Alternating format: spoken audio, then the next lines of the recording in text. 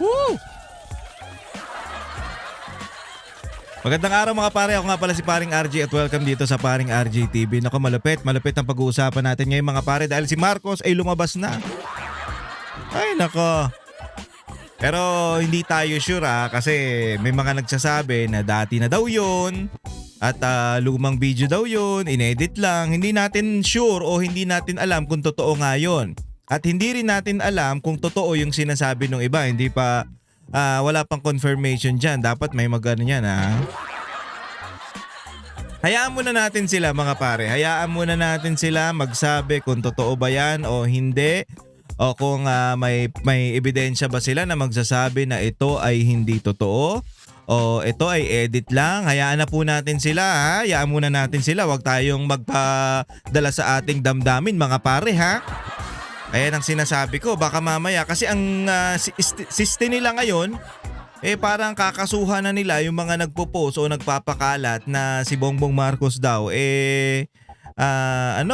patay na o hindi daw lumalabas o masasabi natin na wala na daw kakayahan bilang presidente o mamuno ng bansa. So relax lang tayo mga pare kasi minsan dyan tayo madadali. Nako. Yung pagmamadali natin yung ano tayo, syempre, bugso ng damdamin natin yan mga pare dahil galit na nga ang taong bayan dito kay Bongbong Marcos. So, anything na makakapag palakas ng loob mo o yung magsasabi sa mararamdaman mo na talagang yung presidente mawawala na. Ipopost mo yan. So wag po tayo magpadala sa ating emosyon mga pare dahil pag ang emotion natin mataas, the intelligence is low. Tama ba yung ano? Hindi ko alam. Hindi, kumbaga pag nauna yung emosyon natin, hindi na tayo nag-iisip mga pare. Talagang bugso ng damdamin. Yun yung tinatawag na bugso ng damdamin. Anyway, pero kailangan alamin muna natin yung totoo. Wag tayo. Alam nyo, ayaw natin dyan kay Marcos. Alam natin yan. Alam nyo yan mga pare na ayaw ng banateros, especially si paring RJ. Ayaw yan si Bongbong Marcos. Pero hindi naman porkit ayaw natin dun sa tao mga pare, kung ano yung makita natin na lumalabas sa social media o sa mga fake news na lumalabas, sasakyan na natin. Wag ganun relax lang po tayo, okay?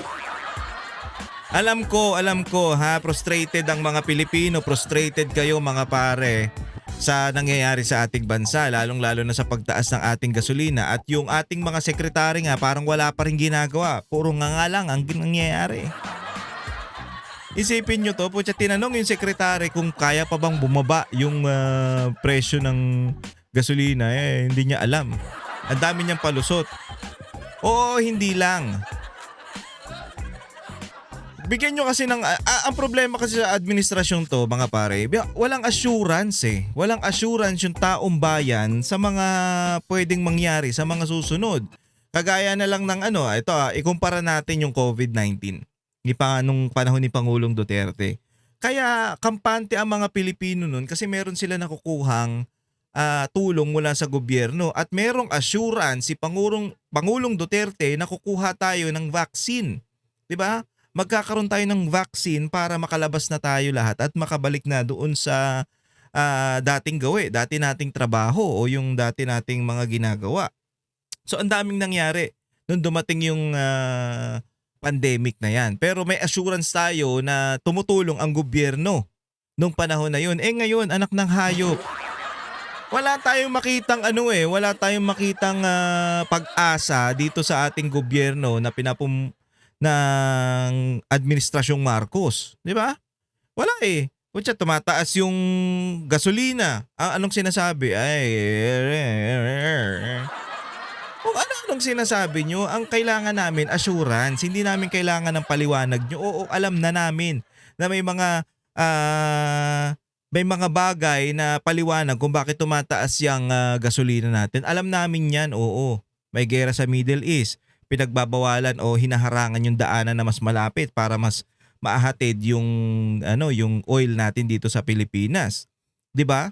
May mga problema tayo niyan. Alam na namin 'yan. Pero ang kailangan namin mga nasa gobyerno, yung solusyon nyo. Yung solusyon paano mapapagaan o paano mababawasan yung nangyayaring oil price hike dito sa Pilipinas. O oil price hike pa lang yan mga pare, aabot daw ng 200 yan kung sabi nila. Pero, ano pa lang yan, langis pa lang, gasolina pa lang yan. Pero paano yung pag tumaas na rin yung bilihin dahil sa taas ng presyo ng langis? Kasi sunod-sunod na po yan. Ano nang gagawin ninyo? Nga pa rin? Dapat habang maaga pa nga lang, sinusolusyonan na. Ang problema, wala tayong nakikitang pag-asa dito sa gobyerno na to. Hayop na yan. O anong inaatupag? Impeachment ni BP Sara. Ay, nako po. At ito pa, ang isang inaatupag, yung kay Escudero, nako po. Tina-timing talaga nila, no? Yung mga bagay-bagay, no? Tina-timing nila. No? Ang gustong mapanagot ng taong bayan, ang gustong makasuhan, ang gustong makulong ng taong bayan, si Romualdez. Bakit dinadaman niyo si Escudero? Ha? Para ano?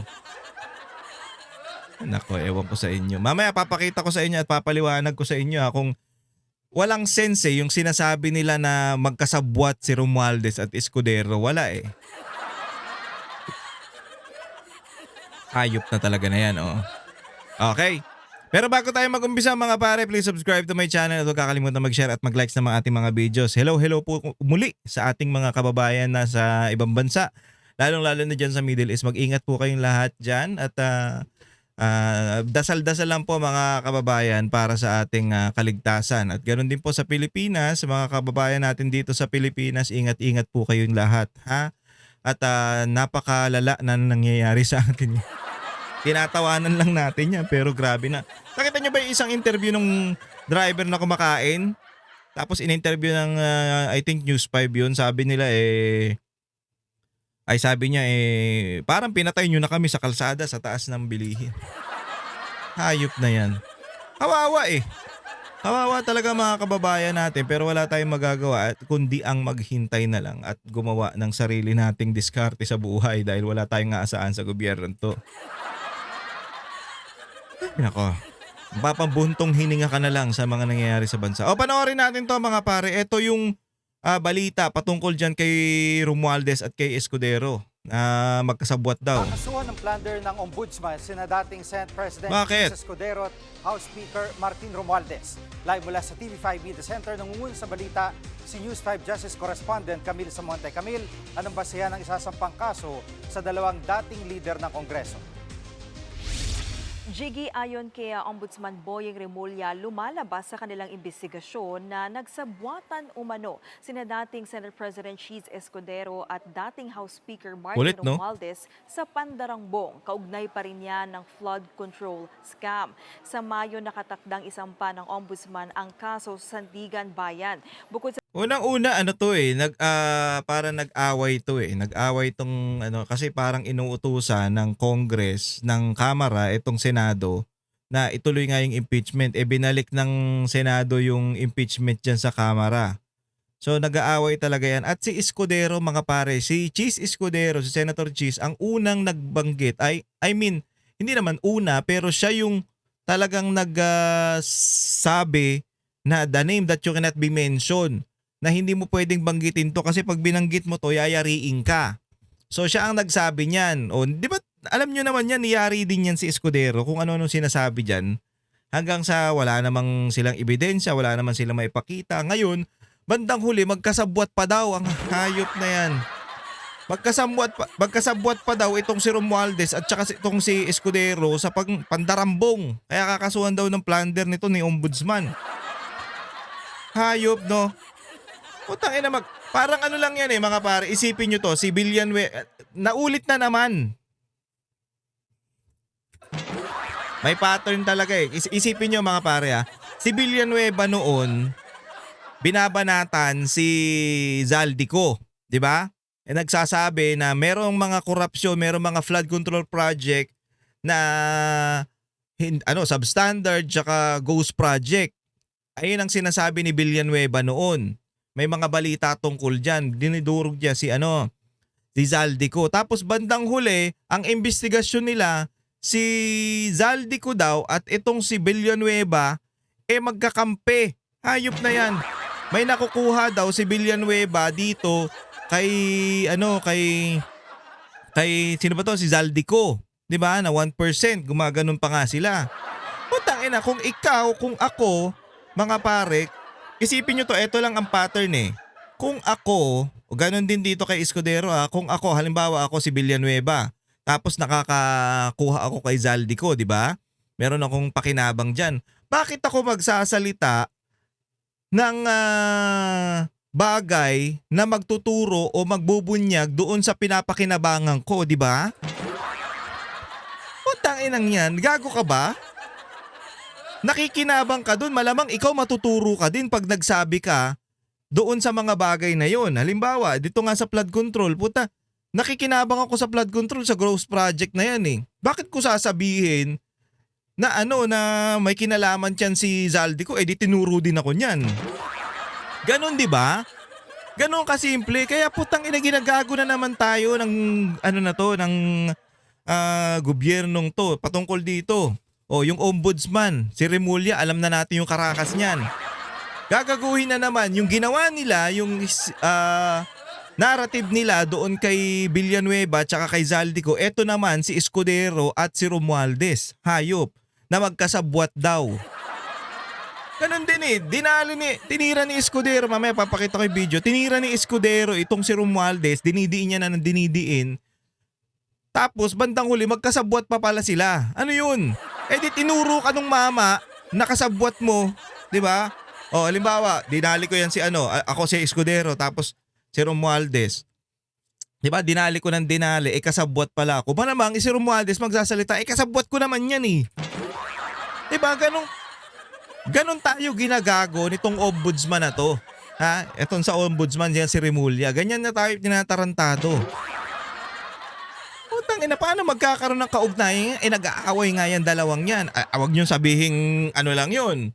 Pakulo lang yun. Napaka-imposible. Kasi na to turuan na to eh. Kasi kung kinanta mo ko, kakanta rin kita. Kaya nga yung ginawa ni kaya nga yung nangyari dito kay Zaldico, di ba tinuro niya tong mga to? Tinuro niya yan si Romualdez tsaka si PBBM kasi siya na ang dinidiin. Di ba? Siya na ang dinudurog na parang siya lang ang may kasalanan sa mga pagnanakaw na to. Di ba? Sa mga nangyaring flood control. Di ba? Siya lang ang tinuturo na parang masasabi natin na siya yung mastermind. Kaya nagsalita siya na hindi ako mastermind yan.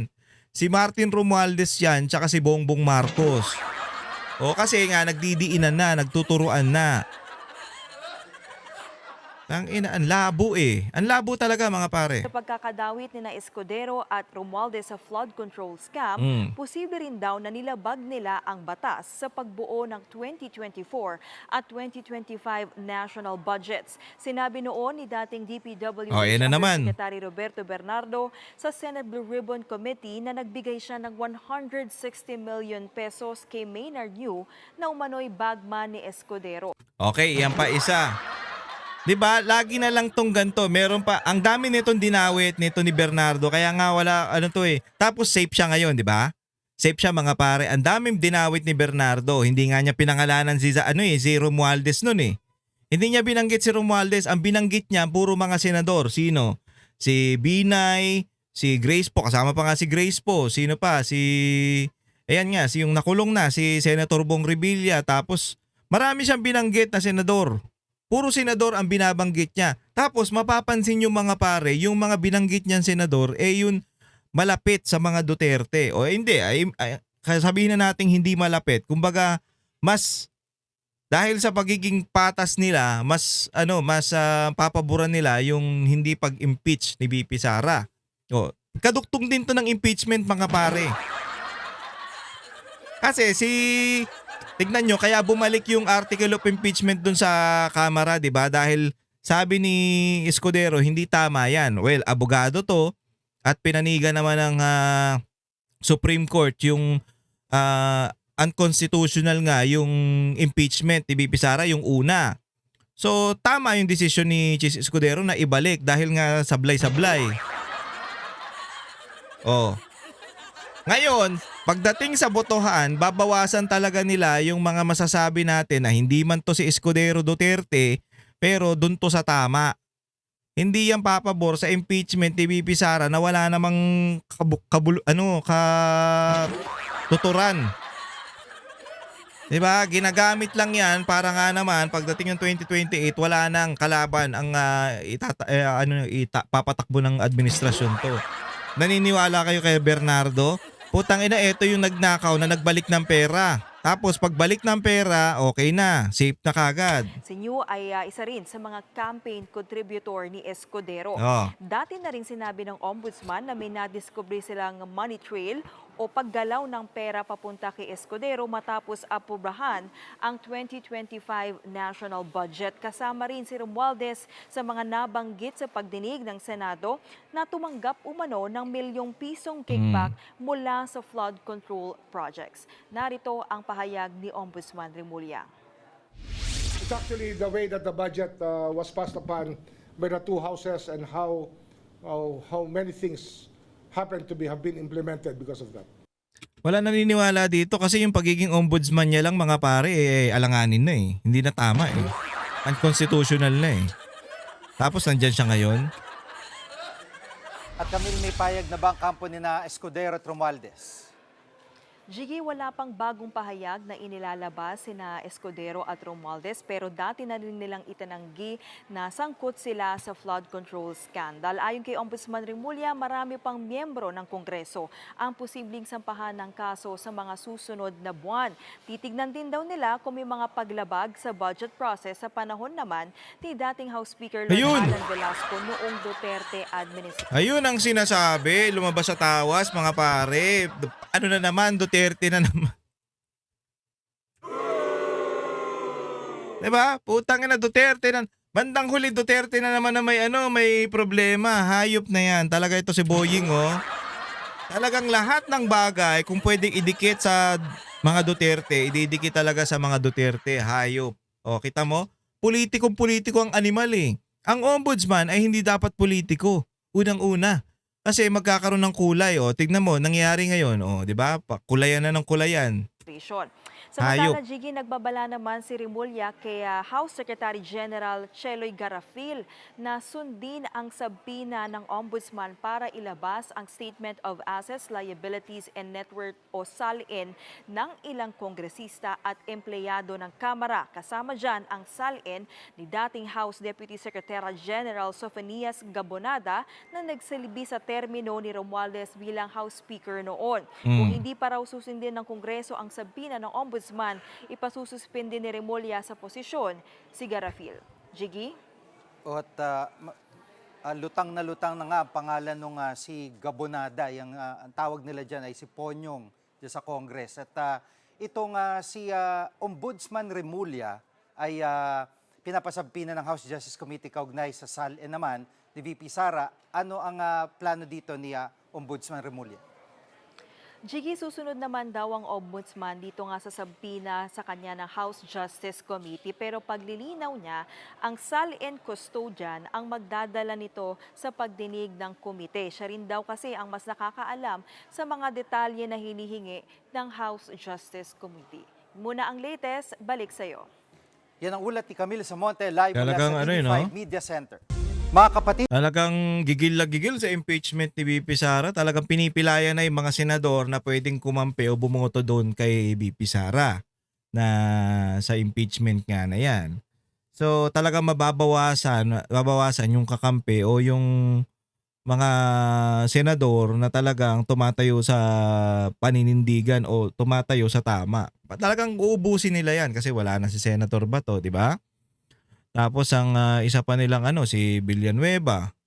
Tapos meron pa dyan, ito na, si Chis Escudero. Talagang uubusin nila yung mga pare. Kaya hintay-hintay tayo sa mga kaganapan na yan. Eto, panoorin nyo to mga pare. Kaya nating make sense dun sa sinasabi nila na magkasabwat o sinasabi nito ni Boying Remulla na magkasabwat itong si Escudero at itong si Romualdez. O tignan nyo to. Kung paano banata ni Escudero yan si Romualdez. Thank you, Mr. Senate President. Thank you, distinguished Majority Floor Leader. I rise to make a brief manifestation in response to the events of recent days. Ginoong Pangulo, meron po tayong kasabihan sa wikang Pilipino. Kapag nagturo ka ng daliri sa iba, may 3 daliri na nakaturo palagi pabalik sa iyo. Sa mga nakaraang linggo, malinaw na nililihis ang galit ng taong bayan tungkol sa mga ghost at substandard flood control projects mula sa mga totoong may kasalanan patungo sa Senado at sa ilang mga miyembro nito. Tila pilit na ginagawang panakipbutas, ika nga at fall guy, at diversyon ang mga senador. O di ba hindi nyo napansin, dyan pa lang mga pare, talagang ang nangyari noon nung tinuturo na o papunta na kay Romualdez yung flood control o yung turo na siya ang mastermind, kasabwat siya sa mga nangyayaring flood control, kung sino-sino ang kung ano-anong diversion ang binabato nila. Yun nga yung kay yung kay Senator Cheese, 'di ba, yung 30 million daw, kung hindi po ako nagkakamali, yung kay Villanueva, mayroon pang isa si Senator Bong Revilla, basta marami. Puro Senado, yung dating nagturo na sila Diskaya na papunta sa Congress o yung mga congressman ang mga may pakana ng mga katarantaduhang flood control project na yan, kung tutuusin na pwede talaga. Kasi isipin nyo mga pare, yung mga distrito niyan, Congress ang may hawak sa mga district. So pag may problema yung district mo, halimbawa flood control project dyan sa Bulacan, yung district na yan ang dapat managot, yung congressman dyan. Kasi hindi mangyayari ang flood control project na yan o yung mga ghost project na yan kung hindi dahil sa congressman, kung walang kumpas ng congressman. Kasi dapat binibisita niya yan. Tsaka imposibleng hindi matuloy ang project na yan kung walang kickback ang congressman. Mga pare, congressman talaga ang may pakana o may kasalanan sa mga nangyayaring ghost project na yan. Ngayon, ang ginawa nila, binato nila ngayon sa Senado. Nothing makes sense ulit mga pare, paulit-ulit tayo. Kasi anong kinalaman ng senador sa budget ng isang district? Di ba? Anong kinalaman? National tong mga to. Anong pakialam nila dyan sa mga distrito na yan?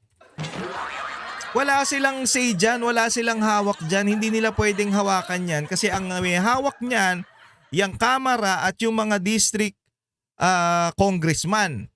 So sila talaga ang may problema dyan. At syempre, hindi rin mangyayari yan kung walang kumpas nung speaker na si Martin Romualdez.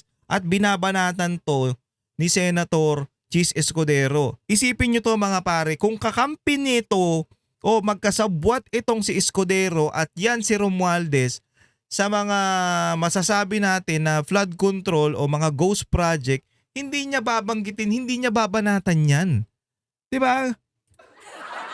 Puta kakampi ko yan, babanatan ko, di tinuro din ako niyan. Ganun lang kasimple. Palayo sa Kamara at sa mga tunay na may sala. Ha? Klarong-klaro po ang script nito. Ipitin ang 3 dating DPWH officials, pakantayin sa kanila, mema banggit lang na senador, habang pinagtatakpan ang mga congressman na tunay nakasabwat nila sa mga lugar na ginagalawan nila. O di ba? Ganun kasimple. Putang ina, wala ang pinagtatakpan ng mga district engineer, lalong-lalo niya si Yusek Bernardo, ang pinagtatakpan yung mga congressman. May nabanggit ba na congressman si Bernardo? Meron. Meron mga pare. Pero anong nangyari? Ha? Wala na tayong balita kung ano nangyari doon. Yung mga nabanggit ng Diskaya, ano na nangyari? May balita pa ba tayo doon? Wala. Pero ang pinapainit nila at ang binabakbakan at ang pinapausok nila ng malakas yung mga senador na binanggit ni Bernardo. 'Di ba? Na wala naman masasabing matibay na ebidensya. Wala nga hindi nga detalyado Parang Madriaga ang style nito ni Bernardo Nga 'di ba? Isipin nyo, putang ina, paano mangyayaring ito kasabwat ni Romualdez? Simple ang patunay dito. Kapanipaniwala ba na wala silang kinausap na kahit isang congressman nakaupo na totoong may hawak ng mga distrito sa lugar na ginalawan nila sa hinaba-haba ng testimonya nila dito o sa Kamara. Banggit sila ng banggit. Name drop sila ng name drop ng pangalan ng senador. Oh. Maski na klaro naman kung inyong papakinggan na wala silang masabing direktang nakausap o binigyan ng anuman. Lahat ito para lamang ipako ang mga senador sa media at sa publiko at ilayo ang atensyon sa Kamara Yun. at mga congressman. Oh, di ba? Bakit nga ba? Dahil tila mas malaking isda, ika nga, mas mataas, mas kilala ang mga senador kumpara sa congressman? Umaasa sila na maiibsan ang galit ng tao sa kanilang mga anomalya ukol sa flood control at tuluyan na silang makakatakas mula sa anumang pananagutan. Isang tao lamang, Ginoong Pangulo, ang nasa likod ng script at sarswelang ito. Oh, sino yan? Siya ang dahilan ng kaguluhan, pagkakaaway-away, pagkakawatak-watak na ngayon yumayanig sa ating bayan, maprotektahan lamang ang sarili niya. Ang pangalan niya ay Tara. matagal nang bulong-bulungan sa bawat sulok ng bansa. Hoy. Pero ngayon, unti-unti nang sinisigaw ng taong bayan. O, di ba? Yun naman talaga eh. Talagang doon na Romualdez talaga. Yan talaga may problema dyan. Pero ano nangyayari? Hindi iniimbestigahan, hindi nababanggit ng mga district engineer, yung USEC hindi binabanggit. O, di ba? Doon pa lang magtataka ka na, putang ina, ano yan eh? Speaker of the House yan. Imposibleng makagalaw. Ito mga pare, imposibleng makagalaw si Zaldico kung hindi inutos niyan ni Romualdez. At hindi rin gagalaw yan si Romualdez kung hindi inutos ng Pangulo. Ganun lang kasimple. Utang inang yan, kung ang Pangulo matino, tang ina nyo, umalis kayo dyan, mga hayop kayo. Tapos gusto pa, bandang huli ang bida pa yung Pangulo dahil gumawa siya ng ICI na wala namang kakwenta-kwenta.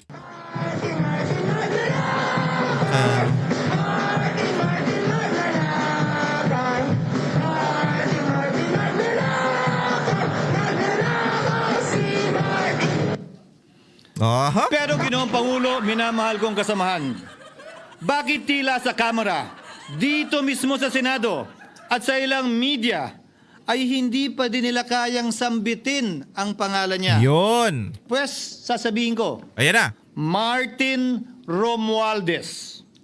Minsan ang binanggit ng mga diskaya ito mismo Oo. dito sa Senado, ang kanyang pangalan. Pero agad itong pinabawi nung humarap sila sa Kamara. O, di ba? Naalala niyo yan mga pare, yung Blue Ribbon na yon, 'di ba? Yung Blue Ribbon Committee na ito pa si Escudero pa yung Senate President. Tapos si Senator Marcoleta pa yung chairman. Ang ganda ng takbo nun, talagang sasasapul. Papunta na doon. Puta, biglang pinalitan ng mga tuta. Si Tuta Soto tsaka to si Ping Lacson, Pinky. Kaya puta, tapos wala na. Labo-labo na. Kaya nga putang ina, wala to. Ginagago na naman tayo ng ombudsman natin patungkol sa sinasabi nila na magkasabwat tong si Escudero at yan si Romualdez. Binanggit ni Master Sergeant Gutesa ang kanyang pangalan. Pero ultimo notaryo, natunto nila at pinabawi nila ang pagnotaryo. Buti na lang, huli na't nasabi na niya ang pangalan ni Martin Romualdez na pinanumpan dito mismo sa ating Blue Ribbon Committee. Hindi ba't si Ginoong Gutesa hindi ba't si Sergeant Gutesa lamang ang bukod tanging testigo na walang kinalaman, hindi sangkot sa flood control issue, walang hininging immunity, deal o proteksyon kapalit ng kanyang pagtestigo? Siya ang kauna-unahang nagtestigo na personal na naghatid ng pera sa bahay mismo ni Martin Romualdez. Okay. Ang salaysay niya, Ginoong Pangulo, ay kumpirmasyon ng matagal nang isinisiwalat ni Congressman Chanco at Mayor Magalong kung sino ang ulo sa paglilimas sa kaban ng bayan na ating naririnig na rin.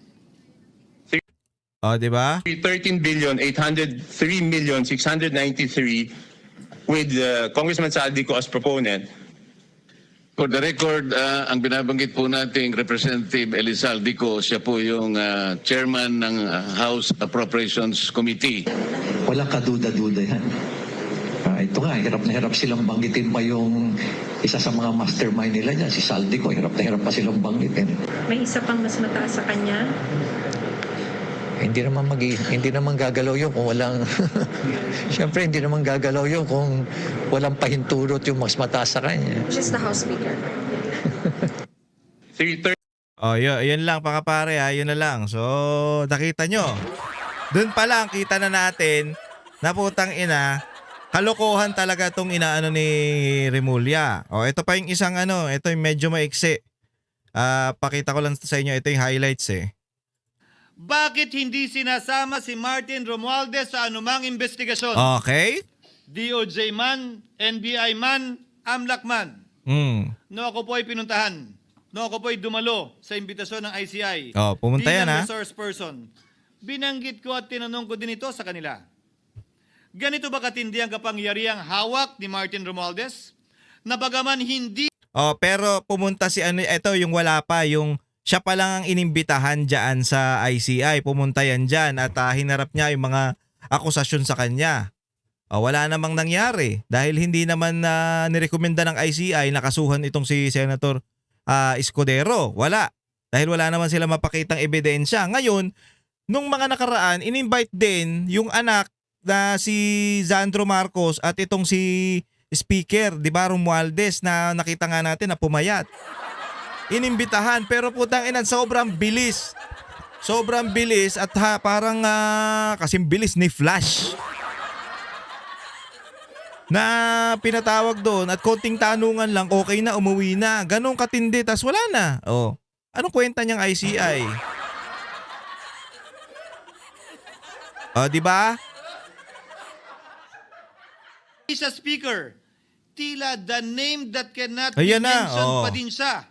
At nagagawa pa din Sa tingin nyo kung magkakampi to mga pare, kasi hindi naman hindi naman kumbaga ginigipit si Senator Escudero ni Romualdez na kagaya nung pagtuturo nila kay Zaldico. Kasi si Zaldico talaga kitang-kita at siya yung tinuturo nila na mastermind dahil nga sa kamara yan nanggaling, sa APRO siya di ba?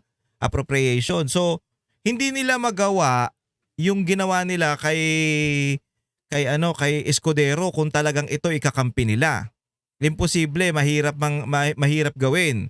Ang ginawa lang nila parang itinuro lang itong Senate, itong Senado, yung mga ilang senador para malihis yung issue patungkol kay Romualdez at idinidiin itong si Zaldico.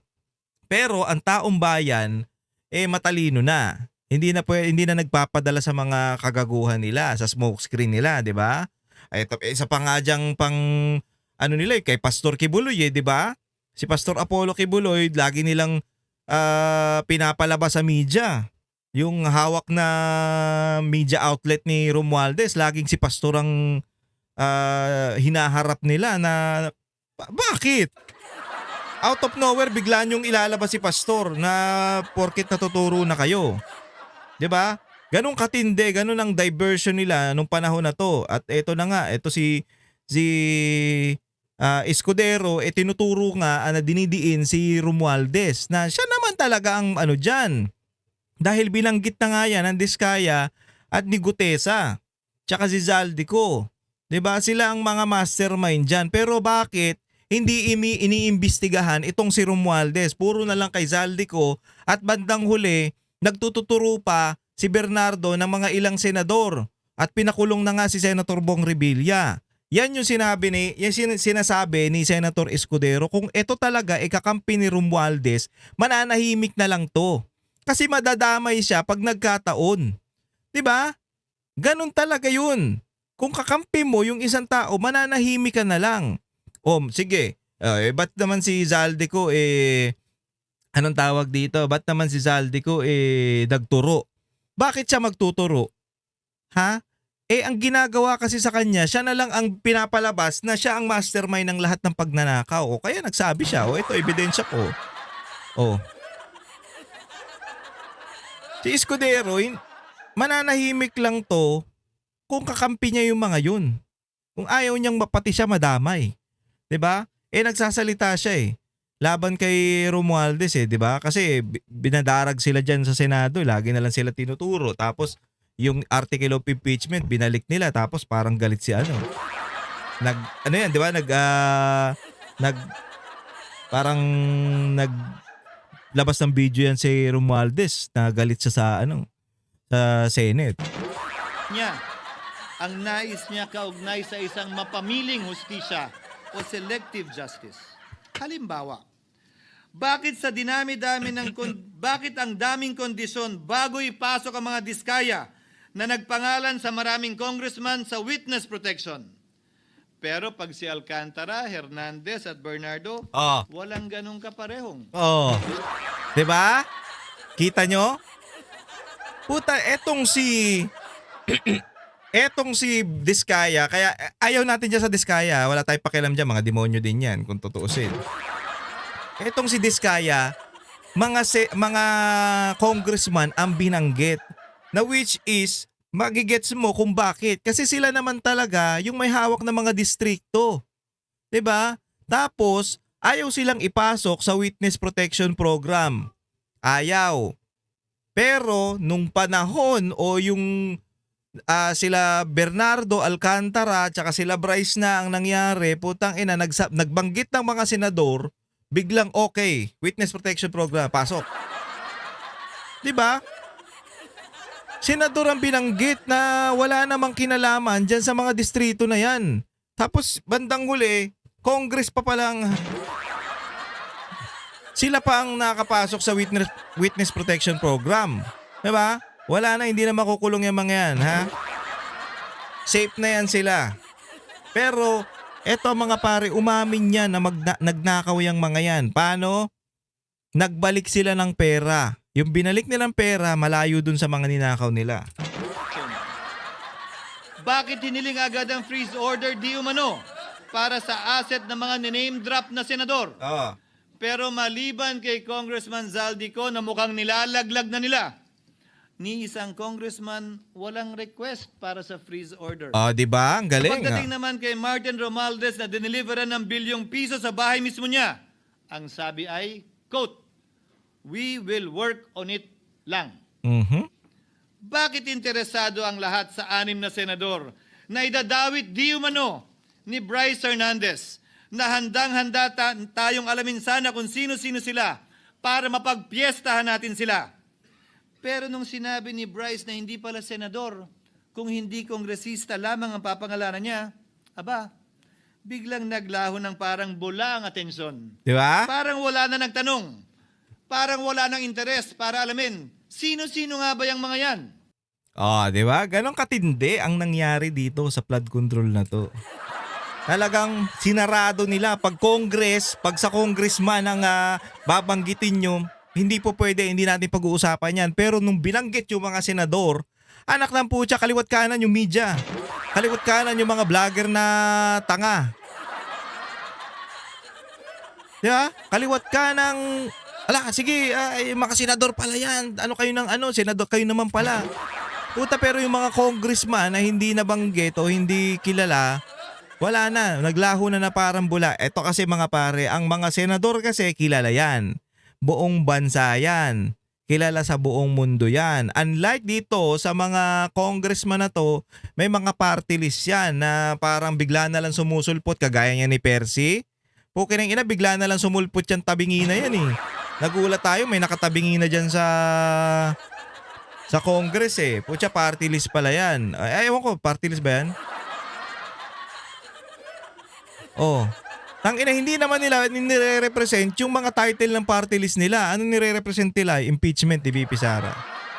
Gusto nila ma-impeach si VP Sara. Di ba? Ang galing na mga hayop. Kaya po tangina, wag kayong magpapaloko dito mga pare sa mga narrative ng mga tarantado na to. Wag kayong magpapadalad sa mga yan. Na sinasabi nila yan si Escudero ay kakampi ni Romualdez. Ay, malaking kalokohan. Ang kakampi ni Romualdez, si Bongbong Marcos. Yun lang yun. Ayop kayo. Ganun kasi. Okay na ina, tanga ka na lang pag hindi mo nakita yun eh. Ha? Ganun lang yun mga pare. Kaya putangin ng yan. Huwag kayo kasi minsan nadadala tayo sa mga patutsada nila porket hindi natin gusto si Escudero, ganyan-ganyan. Ako naman, ako mga pare, hindi. Si Escudero ayaw ko din yan kasi inagaw niyan sa akin si Hart eh. Joke lang. Joke lang. Ayun naman. Wala naman kami nagkakalayo na itsura ni Escudero, di ba? Hindi ko rin naman gusto yan si Escudero. Kumbaga, hindi ko siya gusto, hindi rin naman siya masama para sa akin. Ano lang siya, nandiyan lang siya, okay naman. Okay naman siya. Kasi ano naman to sa tama eh. Lumalaban naman to ng patas eh. Sa tama naman to, hindi naman to basta nagdidesisyon lang. Tandaan nyo, abogado to ha. Abogado to mga pare, hindi to basta-basta abogado. Malupit din to. Kaya hindi yan po pwede sa kanya yung mga katarantaduhan na nangyayari dyan. Kaya nga, inaano niya yan eh. Tignan nyo yung speech niya na yun, oh. Putsang ina, detalyado, may mga visual pa. Oh.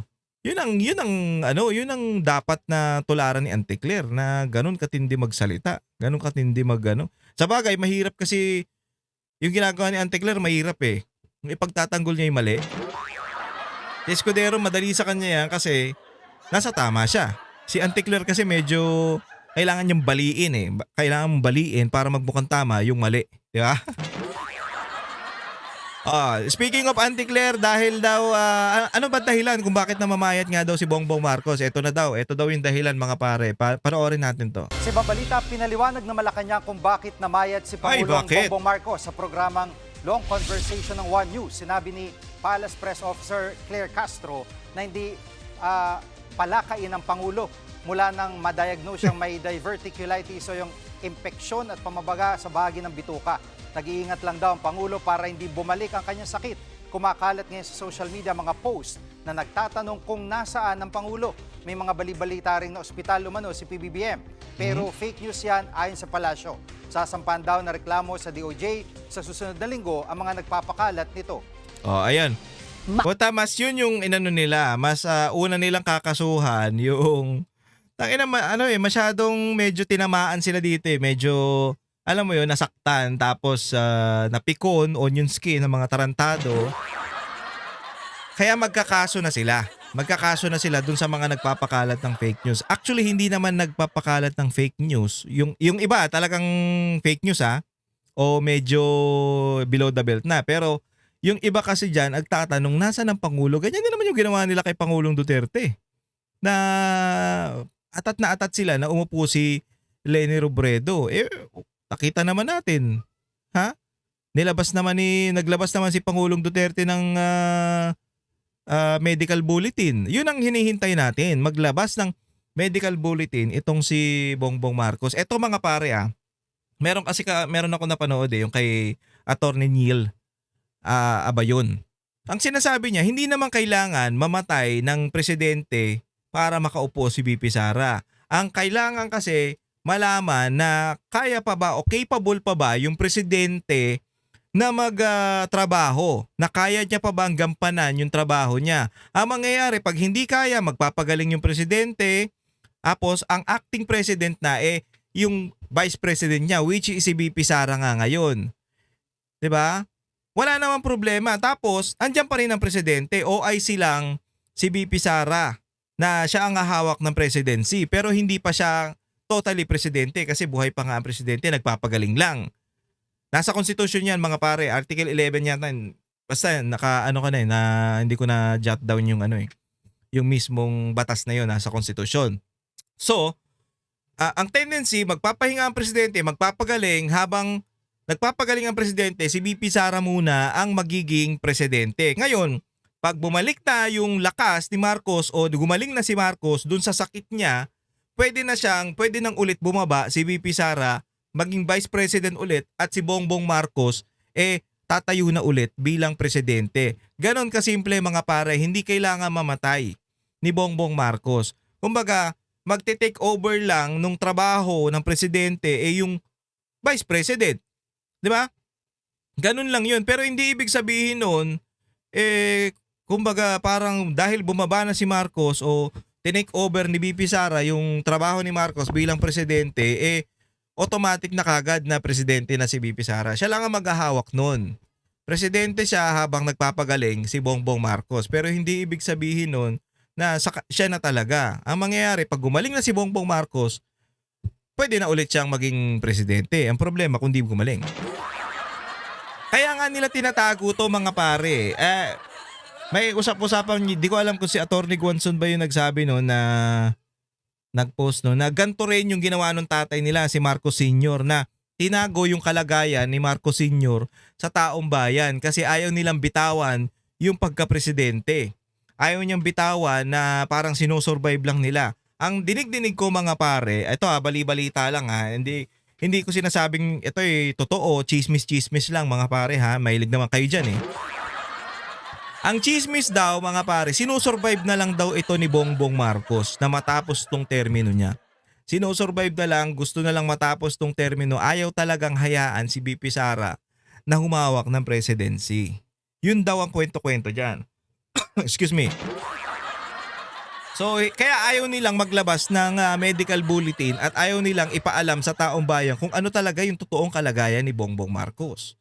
Kasi sinusurvive na lang daw nila di umano. So yun yung kwento. Hindi tayo naniniwala dyan, yun lang yung narinig natin, okay?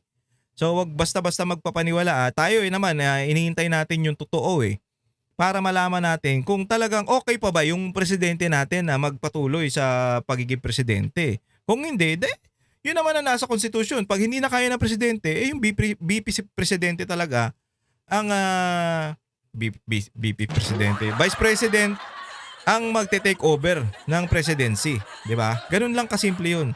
Kaya wala kayong magagawa, nasa constitution po 'yan. Hindi naman dahil si BP Sara ang nandyan, kaya gusto natin maging presidente. Hindi ganun 'yun. Ayun ang nakalagay sa constitution. Kahit sino yung vice president na nakaupo o vice president ni Bongbong Marcos, pag hindi na kaya ni Bongbong Marcos, yun talaga ang mag-take over. Ay, ewan ko sa inyo. Maximum yung level ng kanyang pain. Ngayon, dahil sa sobrang naranasan niya, ayaw niya nang kumain ng sobra. Ayaw niya nang kumain ng... So malala yung naranasan, Auntie Claire. Kaya nag-iingat na siya o ayaw niya nang kumain ng sobra. O, nasaktan siya, ganon. Maaari pang sumakit yung kanyang tiyan. Usapin dalawang tanga, no? Panayam kay Yusek Castro sa long conversation ng One News sa Lunes, April 13. So ayan mga pare, ito ang nangyari dyan. So hindi natin alam kung talagang si Bongbong Marcos, nag-ano naman siya naglabas naman ng post sa yung araw ng kagitingan nga ngayon. Mukhang okay naman daw, mataba naman daw. Pero kinukumpara nila yan na lumang video na daw yan. Hindi tayo sure dyan o hindi natin alam yan. Kung talagang lumang video na yan, hintayin na lang natin kung okay pa ba siya. Ayun lang naman ang hihintay natin Okay pa ba siya o kailangan na yung magpahinga. Hindi naman masama. Presidente ka pa rin naman. Magpapahinga ka lang ng konti para gumaling ka, di ba? Yun lang yan mga pare. Ayaw lang nitong mga tarantadong kakampi ni Bongbong Marcos kasi mayayari sila pag si BP Sara na umupo. Anyway, hanggang dito na lang muna ang ating programa mga pare. Maraming salamat po sa pagsama sa akin. Kung nagustuhan nyo, please subscribe to my channel at huwag kakalimutan yung pag-share at pagla-likes ng mga videos para mas marami tayong nakakaalam sa mga totoong nangyayari dito sa ating bansa at hindi tayo kailangan makinig basta-basta dun sa mga fake news. Alam nyo, mas masarap maging totoo. Ang daling ipagtanggol ng mga totoong tao kaysa magsinungaling ka para lang sa pera. Okay mga pare? Ayan, ang tandaan ninyo Masarap na magsabi ng totoo kahit na mahirap ka kaysa magsinungaling ka para kumita. Okay? Maraming salamat paring RJ sa Facebook, paring RJ TV sa YouTube, paring RJ Banatero sa TikTok. Okay? Maraming salamat po sa inyo mga pare. Ingat po kayong lahat and God bless you all. Ako po si paring RJ.